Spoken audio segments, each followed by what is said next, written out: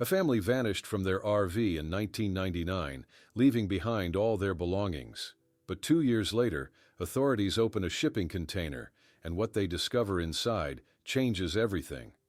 A family missing in the blink of an eye, Ranger Jeff Simmons muttered to himself as he approached the motorhome parked in the Yellowstone National Park lot.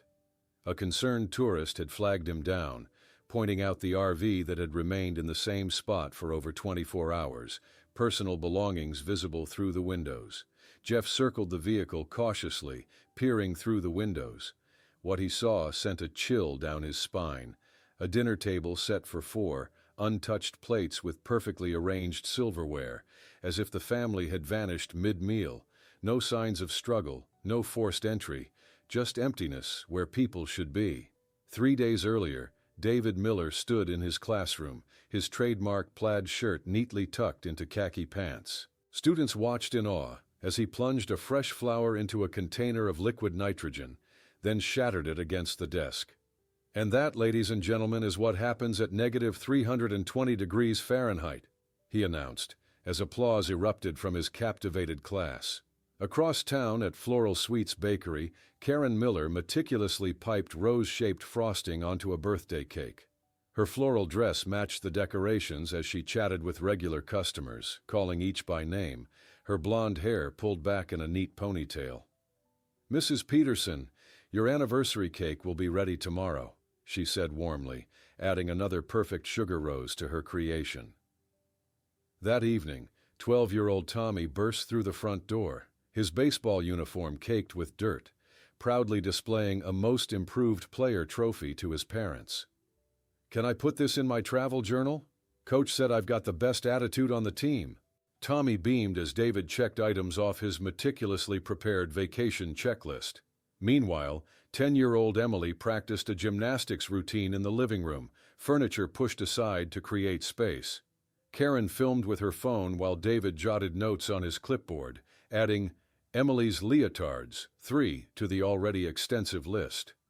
The following morning, the family loaded their RV, David verifying each item on his list twice. Karen organized labeled containers of snacks for each day of their trip, while the children excitedly discussed which landmarks they would add to their travel journals this year. "Yellowstone stickers are the best," Emily declared, clutching her journal decorated with mementos from previous family adventures. Their last social media update showed all 4 Millers smiling broadly in front of the Yellowstone entrance sign. "Another Miller adventure begins. Vacation, your family tradition." Back in the present, Sheriff Robert Dawson arrived at the scene, his experienced eyes scanning the RV interior with growing concern. "This isn't regular tourists lost on a trail," he spoke into his radio, voice tense. "Something's very wrong here." Within hours, search teams with dogs combed the area surrounding the parking lot, helicopters hovering overhead as the sun began to set. The dogs showed no trail leading from the RV into the wilderness, as if the family had truly vanished into thin air. In Billings, Montana, the telephone rang in Mary Thompson's kitchen. The elderly woman listened to the officer's explanation about the abandoned RV, her teacup slipping from trembling fingers, shattering against the floor. Mary stumbled to the guest room, where she kept mementos of her daughter's family, hands shaking as she clutched Emily's spare stuffed rabbit that she kept for when her granddaughter visited. As darkness fell, rangers and police officers continued the search with powerful flashlights, while Dawson examined the cell phones and wallets left behind in the RV. Credit cards, cash, ID, everything remained untouched. In Billings, neighbors and friends gathered in front of the Millers' home, organizing groups to travel to Yellowstone to join the search efforts, faces drawn with worry. At the visitor center, transformed into a temporary command post, Dawson spoke with search and rescue specialists, frustration evident in his voice. 4 people don't vanish without leaving traces. There should be something. Footprints, witnesses, anything. At dawn on the second day of searching, a ranger found something hidden under the driver's seat, a small notebook unlike any of the children's known journals. Inside, written in David's handwriting, were coded notes, unidentified phone numbers, and one underlined phrase: "They know about the report. We can't go home." "Data!" The small notebook felt heavy in Sheriff Dawson's hands as he examined it under the harsh fluorescent lights of the command center. Pages filled with seemingly random notations, numerical sequences, and abbreviated names spread before him as he used a flashlight to scrutinize every detail, hoping for something, anything, that might explain the Millers' inexplicable disappearance. "What do you make of this?" Dawson asked, pointing to the underlined phrase about the report. The next morning, Dawson drove to Billings High School, where David Miller's classroom stood frozen in time. Half-finished science projects lined the shelves, a volcanic model with dried papier-mâché, terrariums with sprouting seedlings, and molecular structures built from colorful balls and sticks. The emptiness felt wrong, oppressive. "David was the most dedicated, methodical teacher we've ever had," Principal Meredith Harrison explained, wringing her hands. "Students who hated science would sign up specifically for his class. This makes no sense." At the school library, an elderly woman with wire-rimmed glasses pulled up David's borrowing record on an outdated computer. 3 books on pharmaceutical compounds and 1 on data encoding, she noted, adjusting her glasses. All returned exactly 1 week before they disappeared. Outside the Billings Police Department that afternoon, Mary Thompson stood surrounded by news crews, clutching Emily's stuffed rabbit against her chest. Her voice cracked as she pleaded, "Please, if anyone has seen my family, if you know anything at all." In an electronics store downtown, television screens displayed the Millers' last family photo, their smiling faces beneath the bold red caption, "Entire family mysteriously disappears in Yellowstone." By the 5th day, FBI Special Agent Diana Reynolds arrived at Billings Airport, her short brown hair and professional Navy suit marking her as federal law enforcement before she even flashed her badge. She carried only a small suitcase and a thick folder stamped "Miller Case, Priority." The atmosphere in the sheriff's office turned tense as Reynolds took over, explaining FBI protocols, while Dawson stared at his search route maps, clearly frustrated by the federal intervention that implied his efforts were insufficient. "We appreciate everything you've done, Sheriff," Reynolds said diplomatically, "but cases like this require specialized resources." At Karen's Bakery, Reynolds interviewed staff members while customers picked up orders, unaware that the owner's family had become national news. "She got a call about 2 weeks before," a young counter girl recalled, twisting her apron nervously. "Made her go to the back office.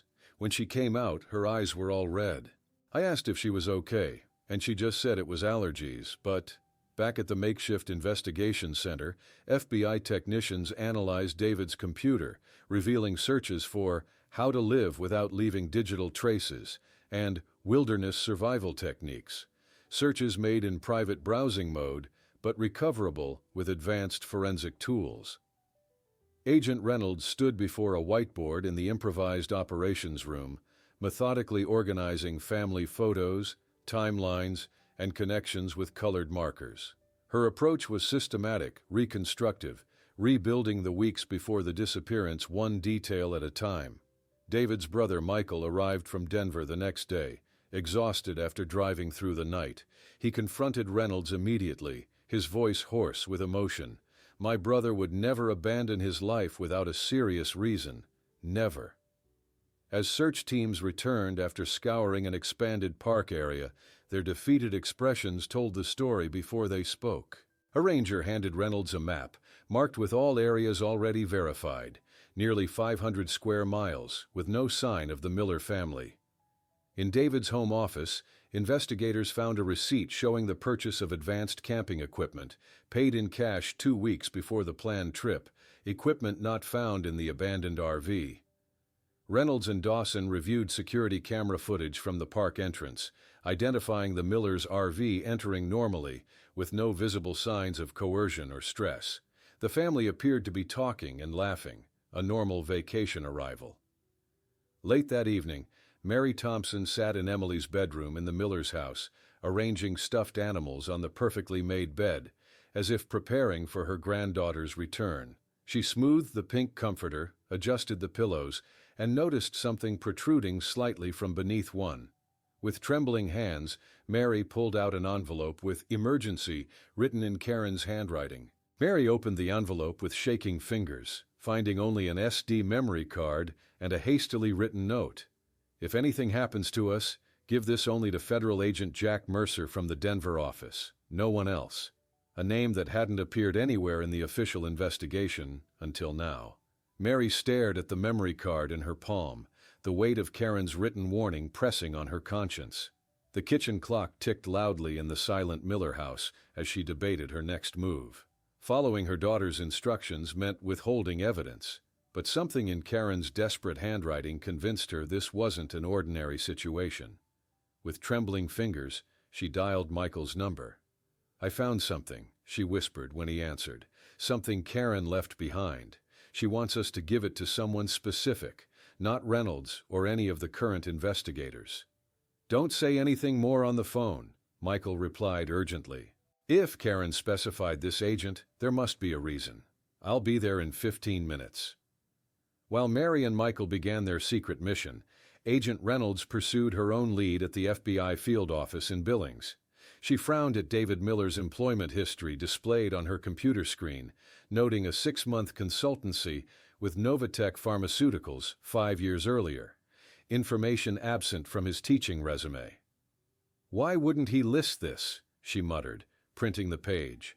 Consulting for a major pharmaceutical company would enhance a science teacher's credentials, not detract from them. Her search deepened, uncovering a newspaper article from 5 years prior. The grainy image showed David leaving a courthouse, head bowed to avoid cameras. The headline read, "Local Teacher's Testimony Reveals Unethical Practices at Pharmaceutical Giant." At Yellowstone, the mood had shifted dramatically. After 7 days of exhaustive searching, park authorities called a tense meeting at the command center. "We need to reallocate resources," the chief ranger explained apologetically. "We've covered every accessible trail multiple times with no results." "You're giving up?" Michael demanded, standing abruptly. "There are 4 people missing." That evening, vans filled with Billings volunteers, David's students, Karen's bakery customers and neighbors, arrived at the park, setting up an impromptu camp to continue searching independently. Their determination highlighted how deeply the Millers had integrated into their community. Meanwhile, Mary and Michael drove through Denver's busy streets, following GPS directions to a modest office building in a commercial district. A simple sign read, "Mercer Investigations Private." Inside, they found Jack Mercer, a fit man in his 50s with salt and pepper hair and military posture. He examined Karen's note with a grave expression. "I haven't seen Karen Miller in years," he said carefully. "We worked together on a case before I left the bureau." Michael's eyebrows shot up. "Karen worked with the FBI? David never mentioned that." Mercer connected the memory card to an isolated computer with no internet connection, the screen filled with complex spreadsheets, internal Novatech documents, and distribution routes marked with red flags. Back in Billings, Reynolds interviewed a former Novatech executive in a sterile conference room. The man shifted uncomfortably in his seat. "Miller was just a temporary scientific consultant," he insisted, "barely noticeable in the labs. I can't imagine why he'd disappear." Forensic technicians methodically examined the Miller's RV, now towed to an FBI warehouse in Billings. They collected microscopic evidence, testing for trace DNA, searching for digital footprints on the abandoned devices. In Denver, Mercer explained the documents to his visitors, pointing at the computer screen. David accidentally discovered that Novatech was using legitimate pharmaceutical distribution routes to transport chemical precursors for synthetic drug production. These aren't just any drugs, they're military-grade compounds worth billions on the black market. Mary clutched a family photo from her wallet. Why wouldn't they just report this to authorities? Why disappear? Mercer's expression darkened as he opened the final file on the memory card, a long-range photo of Tommy and Emily at school with a chilling message superimposed. "We know your children's routine. Silence yourself or suffer the consequences." As Mary and Michael processed the horrifying threat against the children, Mercer's phone rang. His face paled as he listened to his FBI contact. DEA agents just raided a Novatech warehouse in Seattle, he reported, hanging up. They found chemical precursors, as expected, but also something else, evidence that someone has been living there in hiding, and they left very recently. Within an hour, Mercer, Mary, and Michael were racing to Seattle International Airport, adrenaline overriding their exhaustion. As they hurried through the terminal toward their gate, Mercer briefed them in hushed tones. If it was them in that warehouse, we need to reach Seattle before the trail goes completely cold. The DEA doesn't know who they're looking for, they were only focused on the drug operation. While their plane taxied for takeoff, Agent Reynolds sat cross-legged on her hotel bed in Billings, surrounded by case files and photographs. Her phone was pressed to her ear, frustration evident in her tightening grip. I need more information on David Miller's involvement in the 2014 Novatech case, and I'm being blocked at every level, she argued. This is directly relevant to a missing persons investigation. 4 people, including 2 children. The voice on the other end remained non-committal, citing clearance levels and jurisdictional protocols. 6 hours later, the Seattle Novatech warehouse stood cordoned off with yellow police tape. DEA agents in windbreakers continued processing evidence as Mercer flashed his former FBI credentials to Agent Marcus Chen, the operations lead. These people have a personal connection to the case, Mercer explained, gesturing to Mary and Michael. Chen hesitated, then nodded, lifting the tape to allow them through.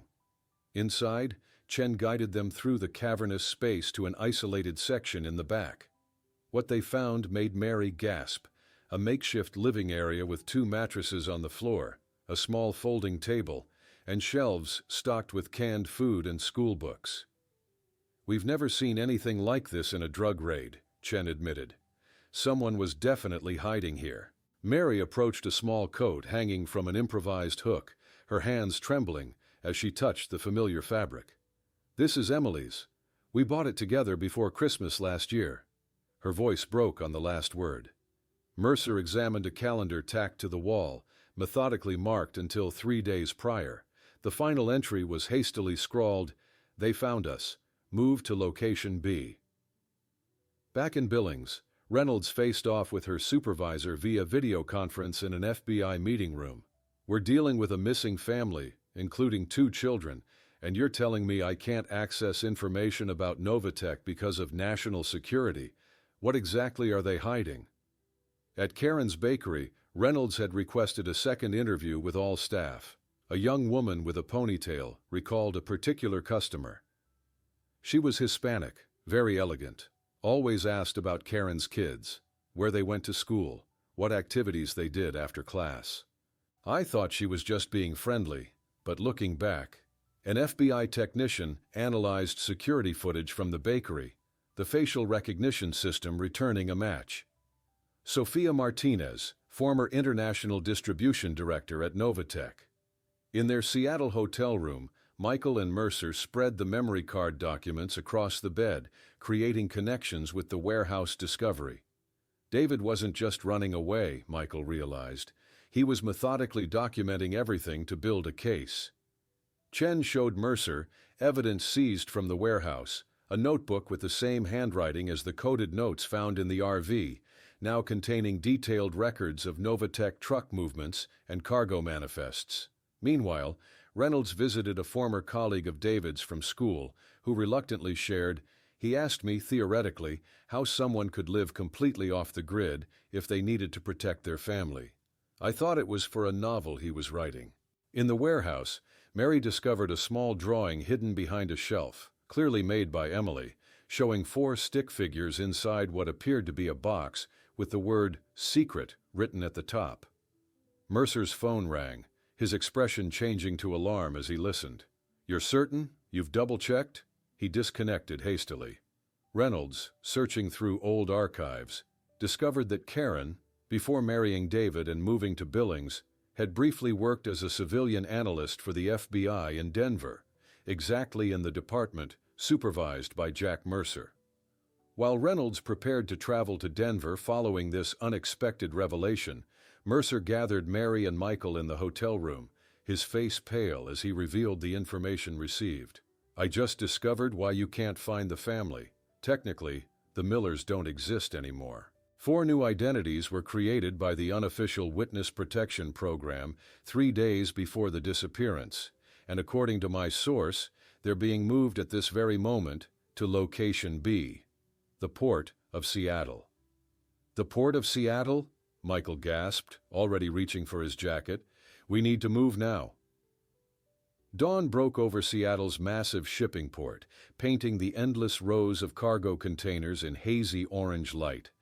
Towering cranes began their daily operations as Mercer, Michael, and Mary approached the security checkpoint, flashing hastily prepared false credentials that Mercer had produced from seemingly nowhere. "We split up. Cover more ground," Mercer instructed, handing them small 2-way radios.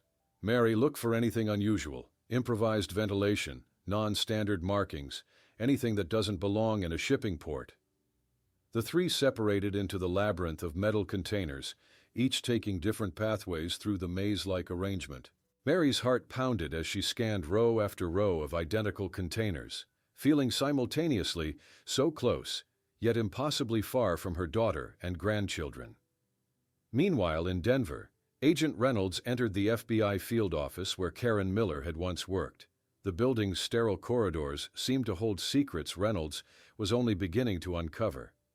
She requested Karen's personnel file, noting the high security clearance required despite it being a seemingly routine missing persons case.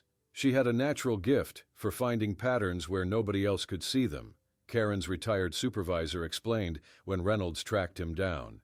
She was the first to identify how the cartels were using legitimate pharmaceutical companies for money laundering.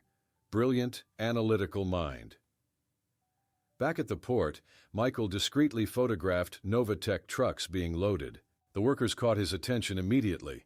They moved with military precision, communicating through encrypted radios rather than the casual chatter of typical dock workers.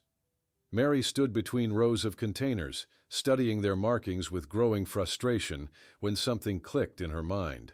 The seemingly random numbers and letters matched the pattern in David's notebook. Not coordinates as they'd assumed, but locations in the port's organizational system. "I think I've found something," she whispered into the radio, giving her location. Within minutes, Mercer was forcing open the lock on an ordinary-looking container. As the heavy door swung open, they discovered an interior transformed into compact living quarters. 2 improvised bunks, a small table with fresh food remains, and a rudimentary ventilation system cleverly disguised from outside view. "They were here," Mary whispered, running her fingers along height markings penciled on the wall, clearly measuring 2 children's growth. The most recent marks were dated just 2 days earlier, with T and E beside them. Mary spotted Tommy's teddy bear partially hidden under one of the bunks. Picking it up, she immediately noticed something wrong with its weight, feeling a rigid object inside. "There's something in here," she said, handing it to Mercer. In Denver, Reynolds continued interviewing Karen's former colleagues. One shifted nervously in his seat. After she identified that money laundering pattern, the case was strangely archived. 2 weeks later, our supervisor bought a new house he couldn't possibly afford on his salary. Michael discovered an improvised surveillance system in the container, small cameras connected to a tablet showing multiple angles of the exterior, allowing the occupants to monitor any approaches. Mercer carefully cut open the teddy bear's seam, extracting a small flash drive protected with electrical tape. They rushed to an internet cafe far from the port, plugging the drive into a public computer. The screen displayed a single video file. When they opened it, David's face appeared, unshaven with deep circles under his eyes, speaking in a whisper. "If you're seeing this, it means we had to move again. There are people infiltrated in every agency. Trust no one except Jack Mercer." As the video continued, David revealed their desperate plan. "We're preparing for our final move, staging our own deaths. If it works, you'll hear about a tragic accident involving an entire family within the next 48 hours. Don't believe it. It will be our only chance to truly disappear."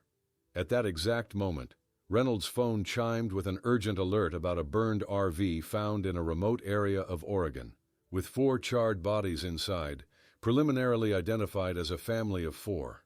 The words "tragic accident" echoed in Mary's ears as the news alert illuminated Reynolds' phone. Michael grabbed the device, his face draining of color as he read the details aloud. 4 bodies found in a burned RV in Oregon. Preliminary identification suggests a family of 4. Location approximately 3 hours from Seattle. Mercer immediately closed the video file and removed the flash drive. "We need to move, now."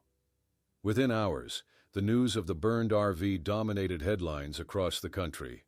Possible tragic end to Miller family mystery scrolled across television screens nationwide as Mercer, Mary, and Michael watched from their hotel room in silent shock. "How do we handle this?" Michael whispered, pacing the small room. "Do we tell authorities what we know?" Mercer shook his head firmly. David's warning was clear. There are infiltrators in law enforcement. If we reveal what we know, we could jeopardize their entire plan and their lives. Meanwhile, Agent Reynolds arrived at the scene in Oregon, driving through dense forest until reaching a clearing cordoned off with yellow police tape.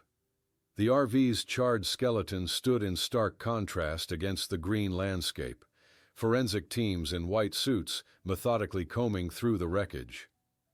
"What do we have?" Reynolds asked the lead investigator, pulling on protective gear. The medical examiner pointed to X-ray images spread across a portable table. 4 bodies, consistent with 2 adults and 2 children. The ages match the Miller family, but carbonization is extensive. DNA confirmation will take days. Back in Billings, news spread quickly. Students gathered outside David's school, placing candles and handwritten notes beside a framed photograph of their teacher. At Karen's bakery, tearful employees hung a sign, "Temporarily closed due to family emergency." Mary and Michael faced an agonizing dilemma, watching the world mourn people they believed might still be alive. Michael's phone buzzed constantly with condolence messages from colleagues and friends, each one deepening his struggle to maintain the facade. Using his extensive contacts, Mercer discovered that the burned RV had been purchased with cash 2 weeks earlier by a man whose description didn't match David. When he showed the DMV clerk David's photo, she shook her head. Different guy. The buyer was shorter, heavier build, paid cash, seemed in a hurry.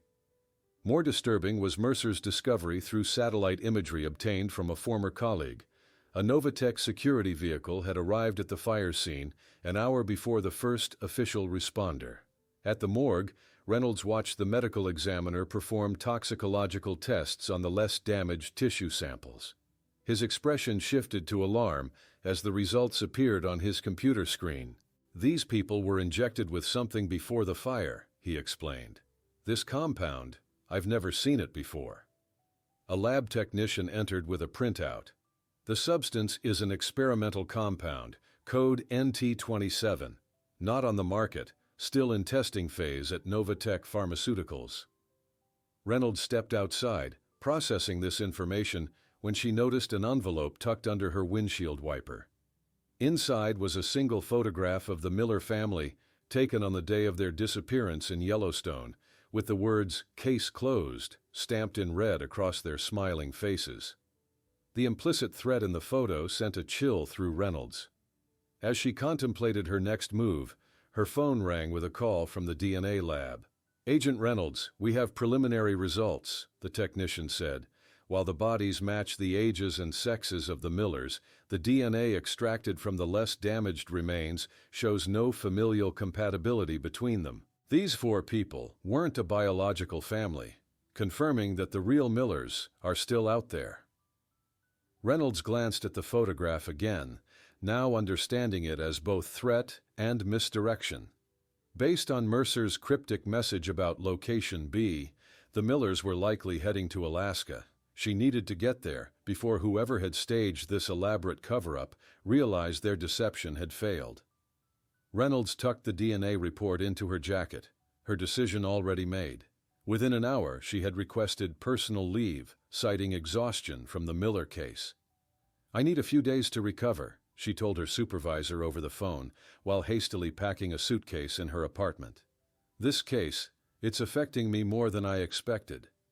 Meanwhile, Mercer, Mary, and Michael boarded a commercial flight to Anchorage, speaking in hushed tones about the coded message. "Fisherman means they're posing as a fishing family," Mercer explained. "It's a contingency plan we discussed years ago when Karen and I worked together. Remote fishing communities ask fewer questions than cities. At FBI headquarters in Billings, agents filed documents into boxes labeled, 'Closed, remains identified.' The atmosphere was solemn, but relieved, closure for a disturbing case that had captured national attention. In Novatek's luxurious conference room, executives watched their CEO deliver a practiced statement to assembled press. "Our thoughts are with the Miller family in this inexplicable tragedy. Novatek offers full cooperation with authorities in determining what happened to this beloved family."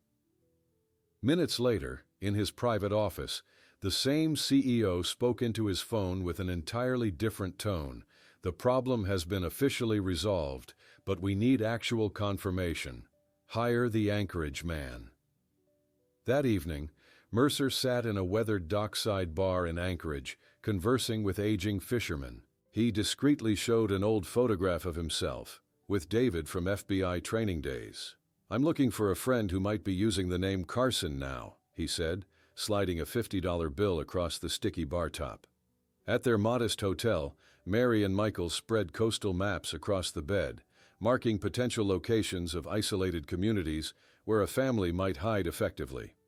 "David would choose somewhere with limited access," Michael noted, "somewhere you couldn't reach by road." Reynolds arrived at Anchorage International Airport, wearing civilian clothes and dark sunglasses, checking her phone where a tracking application showed Mercer's approximate location. Her FBI training had taught her to prepare for every contingency, including secretly placing a tracker on Mercer's luggage during their brief encounter in Billings. The following morning, the group traveled to a remote fishing port 3 hours from Anchorage.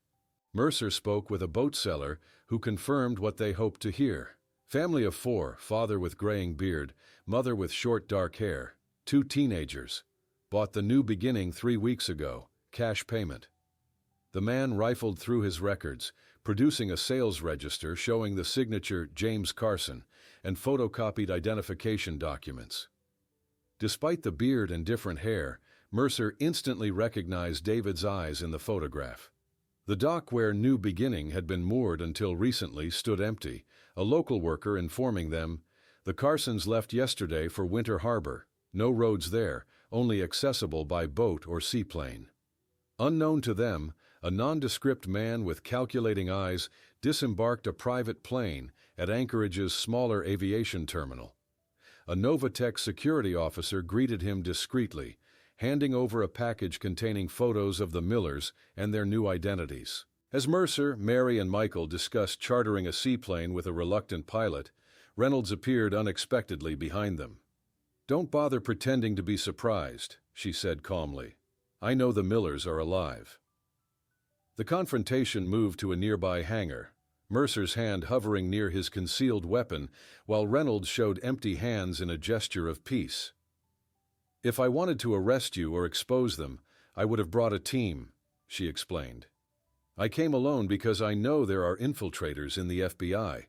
The bodies in that RV were murdered before the fire, injected with an experimental Novatek compound. This goes deeper than any of us realized."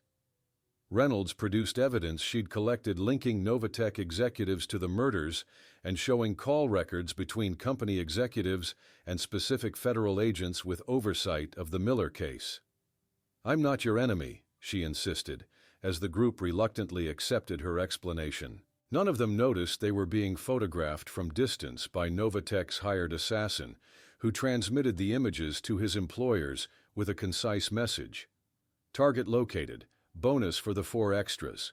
Will intercept in Winter Harbor before they make contact with the Millers." The seaplane descended toward Winter Harbor, revealing a spectacular yet unforgiving landscape. Snow-capped mountains encircling a small bay dotted with wooden structures. Approximately 200 residents, mostly fishing families, had carved out a life in this remote corner of Alaska, accessible only by water or air. "Perfect place to disappear," Reynolds observed as they touched down on the calm waters. "Isolated but not suspicious. Everyone here is a stranger, living beyond government reach." The small group disembarked onto a weathered wooden pier. Mary trembled, not just from the biting cold, but from the knowledge that her daughter and grandchildren might be within walking distance after 2 years of agonizing separation. Michael squeezed her arm in silent support. Mercer approached the elderly bearded proprietor of the harbor's only general store and post office, casually inquiring about newcomers. "The Carsons?" "Yeah. Bought the old Peterson cabin on the North Point," the man replied, stroking his thick beard. "Keep to themselves mostly, but the man knows fishing well enough." Meanwhile, unknown to them, Rook, a man of 40 with deliberately forgettable features, methodically assembled a precision rifle with silencer in a makeshift blind in the forest overlooking the settlement. His military-grade thermal equipment compensated for the approaching storm, and his detailed map of Winter Harbor showed marked escape routes, estimated response times, and the precise location of the Carson cabin. The group followed a dirt path toward the isolated dwelling, Reynolds noting tactical details as they walked. "Trees have been strategically pruned, gives clear sight lines to any approach. David's turned this place into a natural fortress." Suddenly, Michael's foot caught an almost invisible wire stretched between trees, triggering a silent alarm inside the cabin. Inside, David, now sporting graying beard and glasses, immediately tensed, reaching for a rifle propped against the wall. "Someone's coming," he whispered to Karen, who quickly ushered Tommy and Emily toward a hidden trapdoor beneath the living room rug. The children moved with practiced efficiency, demonstrating how often they'd rehearsed this emergency protocol. The confrontation at the cabin door was tense, David holding the group at gunpoint, suspicious despite recognizing familiar faces. "How do I know you weren't followed? How do I know you're not under duress?" The standoff broke when Mary spoke, her voice quavering as she shared a memory only she and Karen would know.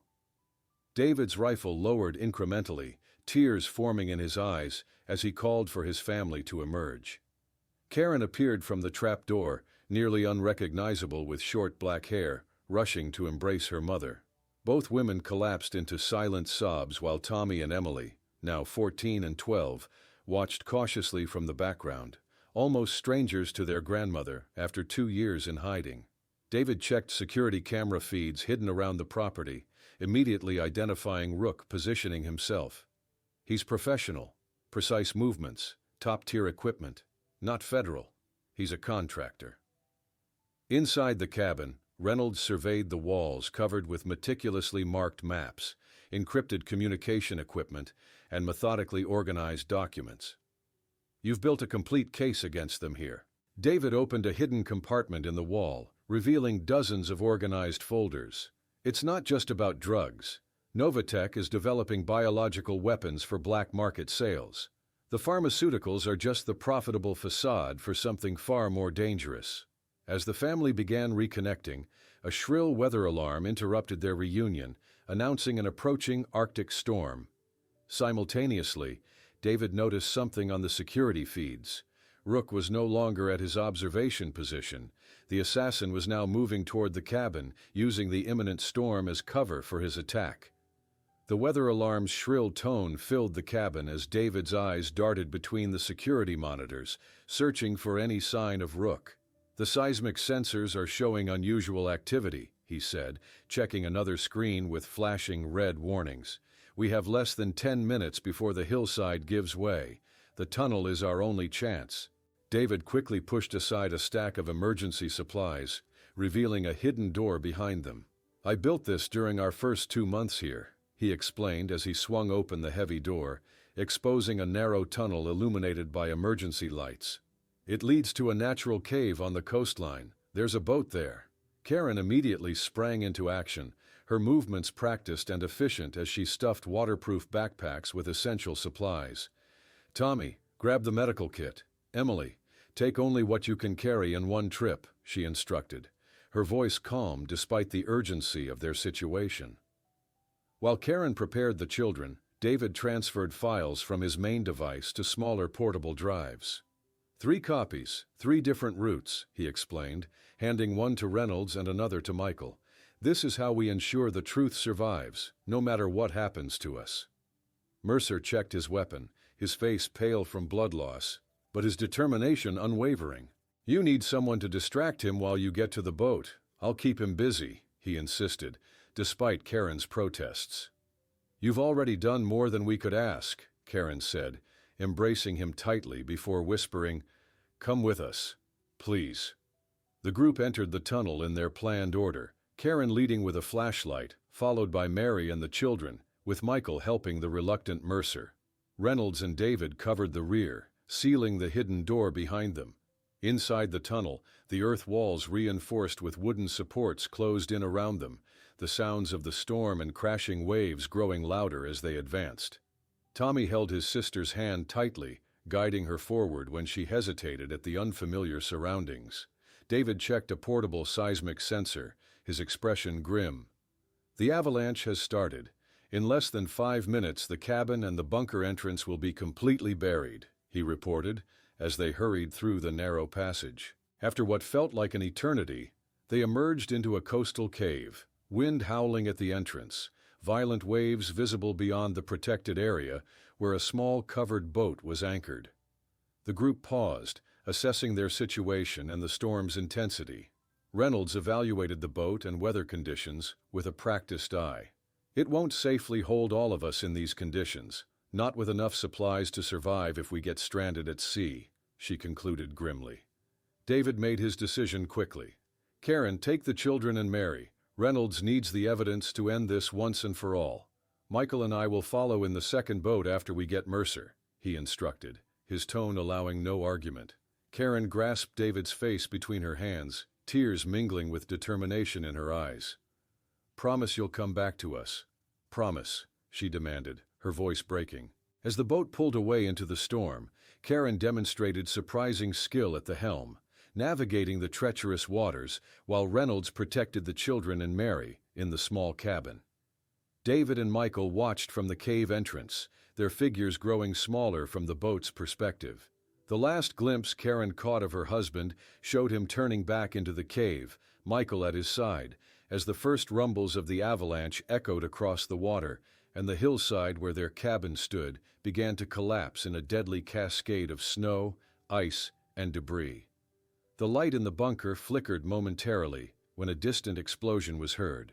Rook had found and destroyed the main generator, while simultaneously David's improvised seismic alert system began to sound, indicating that the hillside above the cabin, destabilized by the combination of explosion and snow accumulation, was about to create an avalanche that would bury both the cabin and the only escape route by sea. The avalanche roared down the hillside, swallowing the cabin in seconds, as David checked his seismic monitor.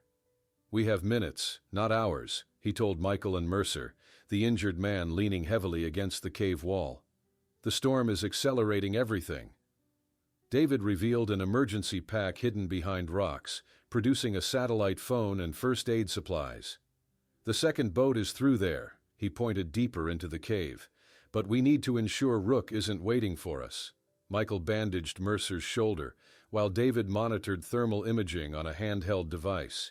He's moving, heading this way. He must have tracked our heat signatures before the avalanche. Outside, the Arctic storm unleashed its full fury, turning day into twilight, as wind-driven snow reduced visibility to near zero. On the boat, struggling through massive waves, Karen navigated with unwavering focus, her hands steady on the controls despite the vessel's violent pitching. My mother taught sailing before she married, Emily explained quietly to Reynolds, breaking her prolonged silence. She said we might need it someday. In the cave, David transferred encrypted files to a tiny flash drive, then secured it in a waterproof case around his neck. If we get separated, each of us has a piece of the evidence. They can't silence us all. A muffled gunshot pinged off rocks near the cave entrance, forcing them deeper inside. He's here, Mercer whispered, drawing his weapon despite his injury.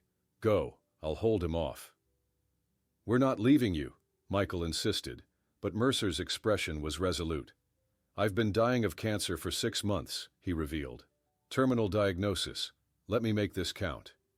The small fishing boat broke through to slightly calmer waters as Karen identified a sheltered cove. "We can't radio for help in this storm," she told Reynolds. "We're on our own until it passes." Mary held her grandchildren close in the tiny cabin, noticing how Tommy constantly scanned their surroundings, hypervigilant even in apparent safety. "You're safe now," she whispered, but neither child appeared convinced. In the cave, David and Michael reached the second boat, smaller and less seaworthy than the first. "It won't handle the storm well," David admitted, checking the fuel gauge. "But it's our only option." The sound of gunfire echoed through the cave as Mercer engaged Rook in a lethal game of cat and mouse among the rock formations. David started the boat's engine while Michael kept watch, weapon ready.